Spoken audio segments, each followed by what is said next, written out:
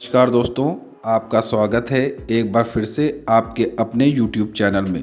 दोस्तों, रामायण की कुछ कथाओं के अनुसार मंदोदरी के पिता मायासुर ने मंदोदरी का विवाह रावण से नहीं बल्कि बाली से करवाया था। जब मंदोदरी का विवाह किष्किंधा के राजा महात्मा बाली से हो गया तो फिर वह लंका के राजा रावण की पत्नी कैसे बनी और रावण ने आखिर क्यों किया बाली की पत्नी से जबरदस्ती समागम। तो आइए जानते हैं दोस्तों। बाली की वरदानी शक्ति दिन दूनी रात चौगनी बढ़ती जा रही थी। उसका प्रमुख कारण था कि वह सुबह शाम ऋषियों की तरह संध्या वंदन किए बिना अपना दिन या रात शुरू नहीं करता था। जब किसी शत्रु का वह वध करता था तो उसके बाद उसके पाप निवारण के लिए तपस्या अवश्य करता था। एक बार की बात है, महाराज बाली तपस्या कर रहे थे। उधर ब्रह्मा और शिव के वरदान पाने के बाद रावण तीनों लोकों में युद्ध करके छल बल से किसी न किसी प्रकार सबको हराता हुआ धीरे धीरे पूरे पाताल, आकाश और अंतरिक्ष को जीत चुका था। अब वह पृथ्वी के समस्त राजाओं से बारी बारी युद्ध करके उन्हें अपने अधीन कर रहा था। अब वह किसी उद्देश्य से किष्किंधा आया और बाली से युद्ध की मांग की, परंतु बाली उस समय तपस्या में बैठे थे। अब रावण बार बार उनके ध्यान को भंग करने की कोशिश करता रहा, जिससे क्रोधित होकर बाली ने रावण को पकड़कर अपनी बगल में दबाकर कई महीने तक तपस्या की। तपस्या खत्म करके बाली ने रावण से पूछ लिया, अब बताओ, युद्ध मांग रहे थे ना, चलो चलते हैं मैदान में। परंतु रावण ने तुरंत हार मान ली। तब रावण कुछ नहीं कर पाया और चुपचाप दबा रहा, परंतु मन में दुश्मनी की गांठ बांध चुका था और मौके की तलाश में रहने लगा। अब अगले वर्ष फिर बाली पहले की भांति अपने प्रिय भ्राता सुग्रीव को कार्यवाहक राजा बनाकर तपस्या करने लगा।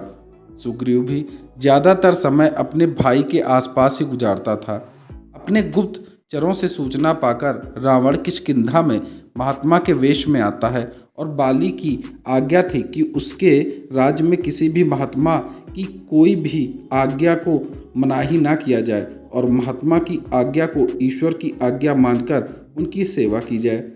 महात्मा आगमन की खबर सुनकर महारानी मंदोदरी अपनी देवरानी तारा के साथ महात्माओं की सेवा में भोजन लेकर खुद गईं।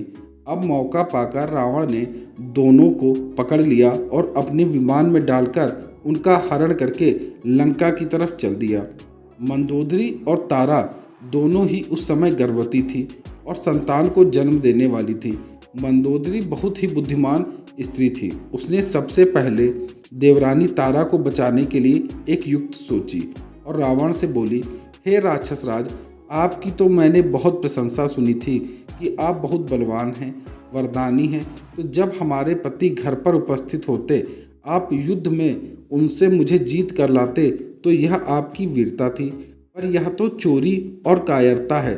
अब रावण बोला, आपकी सुंदरता मैंने दैत्यों के मुंह से सुनी हुई थी। मुझे आपको देखने की आकांक्षा हुई तो आज मैं आपको देख करके खुद को रोक नहीं पाया। अब बाली को तो वरदान है कि उसके सामने कोई जीत नहीं सकता, इसलिए मुझे छल करना पड़ा। छल और बल युद्ध की नीति का अस्त्र है। मंदोदरी ने पूछा कि अगर तपस्या से लौटने के बाद बाली तुमको और तुम्हारे परिवार, प्रजा, सैनिक और सेना पर आक्रमण करके सबको मार डाले, तब क्या करोगे? दोनों राज्यों के कितने ही निर्दोष लोग मारे जाएंगे। क्या तुम्हें इस बात की कोई चिंता नहीं है? क्या तुम्हें बाली के क्रोध का कोई भय नहीं? रावण बोला कि तुम जैसी सुंदरी अगर मेरी पत्नी हो जाए, फिर मृत्यु भी हो जाए, तो मुझे कोई भी भय नहीं। अब मंदोदरी ने बोला कि अगर बीच का रास्ता निकाला जाए तो दोनों राज्यों के निर्दोष सैनिक मरने से बच सकते हैं। तुम और बाली दोनों युद्ध से बच सकते हो। रावण बोला, मैं मंदोदरी तुमसे बहुत ही ज़्यादा प्रेम करता हूँ। इसलिए मंदोदरी ने कहा, ठीक है, मैं तुम्हारे साथ चलने को तैयार हूँ, लेकिन मेरी एक शर्त है कि पहले तुम्हें मेरी देवरानी तारा को किष्किंधा में छोड़ना होगा। रावण ने मंदोदरी की यह बात मान ली और तारा को किष्किंधा वापस छोड़ने के लिए चल पड़ा। रावण ने तारा को महल की छत पर उतार दिया। उसके बाद रावण मंदोदरी को लेकर पुनः लंका की ओर चल देता है। मंदोदरी रावण से कहती है, मैंने सुना है कि आपकी गर्जना इतनी भयानक है कि जिसको सुनकर महिलाओं के साथ साथ पशुओं के भी गर्भ गिर जाते हैं। अगर यह सच है तो मैं वह गर्जना सुनना चाहती हूँ। अब रावण ने बहुत जोर से अट्टहास किया, जिससे पूरे ब्रह्मांड में आवाज़ गूंज गई। आवाज़ इतनी भयंकर थी कि रानी मंदोदरी का भी गर्भ जल्दी हो गया और उनका पुत्र समय से पहले पैदा हो गया। अब मंदोदरी का दूसरा त्याग था। मंदोदरी बाली पुत्र की रक्षा करने का बुद्धिमानीपूर्ण फैसला किया। मंदोदरी ने रावण से पुनः प्रार्थना की कि इस बच्चे को तारा के पास छोड़ दो ताकि उसका पालन पोषण हो। रावण ने पुनः विमान को वापस लिया और मंदोदरी को महल की छत पर उतारकर बच्चे को तारा को सौंपने की छूट दे दी। अब मंदोदरी अपना बालक तारा को देकर बोली कि आज मैं अपना अंग, अपना बेटा आपको दान कर रही हूँ। आज से तुम ही इसकी माता हो। अब पुत्र माता के शरीर का अंग होता है, इसलिए इसका नाम अंगद है। अब मुझे अपने राज्य, तुमको और अपने पुत्र को बचाने के लिए रावण के साथ जाना होगा। और वह रावण के साथ लंका चली गई। अब रावण ने मंदोदरी से गंधर्व विवाह करके उसको लंका की महारानी बना दी। परिणाम स्वरूप मंदोदरी रावण से गर्भवती हो गई।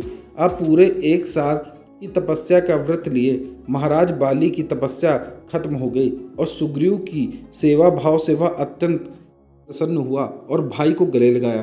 प्रसन्न होकर अपने राज्य की ओर लौटा, परंतु तारा से सारी घटना सुनकर सुग्रीव को राज्य की रक्षा करने के लिए छोड़ा और खुद अत्यंत क्रोध से भरकर लंका पहुंचा। रावण को ललकारते हुए लंका में विचरण करने लगा और अब रावण डर से कांपने लगा। कभी वह इस महल में छिपता, कभी उस महल में। अब उसे कोई उपाय नहीं सूझ रहा था। अब लंका में नरसंहार रोकने के लिए पुनः मंदोदरी ने परोपकार की भावना से रावण का साथ दिया और बाली के क्रोध से बचने का उपाय बताया। अब रावण ने दूत को भेजकर बाली को राजमहल में बुलाया और मंदोदरी के पीछे खड़ा होकर अत्यंत दीन भावना से बोला, महाराज, मैं ब्राह्मण पुत्र हूँ और अपने वचन का पालन करूँगा। आपकी महारानी को आदर के साथ आपको सौंप दूंगा।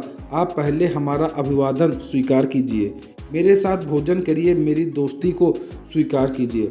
बाली रावण के दीन वचन को सुनकर और मंदोदरी की प्रार्थना को जानकर थोड़ा क्रोध को शांत करते हुए भोजन के लिए तैयार हो गया।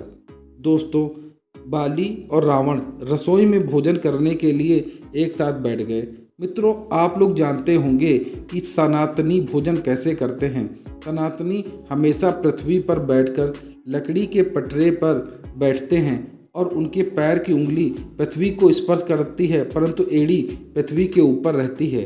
अब दोनों हाथ दोनों पैरों के बीच में भोजन को रखकर दाएं हाथ से भोजन खाया जाता है और भोजन करते समय मौन भी रहा जाता है। यही भोजन का उचित तरीका है। अब खाना परोसने वाली रानी स्वयं मंदोदरी थी। उसने 2 थाल में स्वादिष्ट भोजन को परोसा। रावण और बाली के सामने उन प्लेटों को रख दिया। बाली भोजन करने से पूर्व ईश्वर को मंत्र पढ़ के भोजन को समर्पित करने के लिए अपनी आंखें बंद करता है, परंतु रावण तुरंत ही अपनी थाली से एक निवाला खाकर दूसरा निवाला तोड़ करके अपनी थाली बाली की थाली से बदल देता है। और मंदोदरी को पहले से ही पता था कि बाली कभी भी किसी का झूठा भोजन नहीं करता, इसीलिए उसने यह काम रावण से करवाया था। जैसे ही बाली ने ऐसा करते हुए रावण को देखा, वह अत्यंत क्रोध में चिल्ला उठा। उसने भयानक गर्जना की। उसकी गर्जना को सुनकर के 72,000 राक्षसियों का गर्भ एक साथ गिर गया। यहाँ तक कि मंदोदरी का भी गर्भ समय से पहले हो गया। अब रावण ने सोचा कि उसकी मृत्यु पक्की है। वह दौड़ करके मंदोदरी के पीछे छुप गया। अब गर्भ स्राव के दर्द को समेटे हुए पुनः मंदोदरी हाथ जोड़कर बाली से बोलती है, हे महात्मा, हे वैष्णव, बलवानों में बलवान महाराज बाली, आपके सामने यह रावण एक तुच्छ प्राणी है।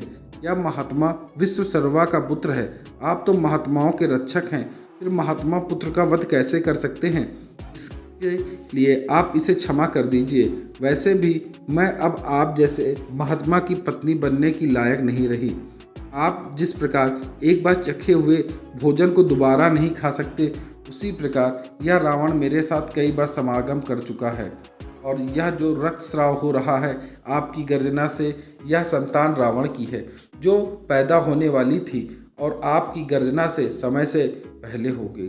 अतः मैं अब आपके योग्य नहीं रही। यह सुनकर के बाली का क्रोध शांत हुआ। दोस्तों, कहा जाता है कि मंदोदरी का गर्भ 7वें महीने में हो गया था, जो पिता के लिए अच्छा नहीं माना जाता। अब रावण को अपनी मृत्यु का भय सताने लगा। वह ऋषि मुनियों के पास जाता है तो ऋषि मुनि कहते हैं कि यह दोष तभी दूर हो सकता है जब उस बच्चे के साथ जन्मे हुए समस्त बच्चों को नदी में बहा दिया जाए।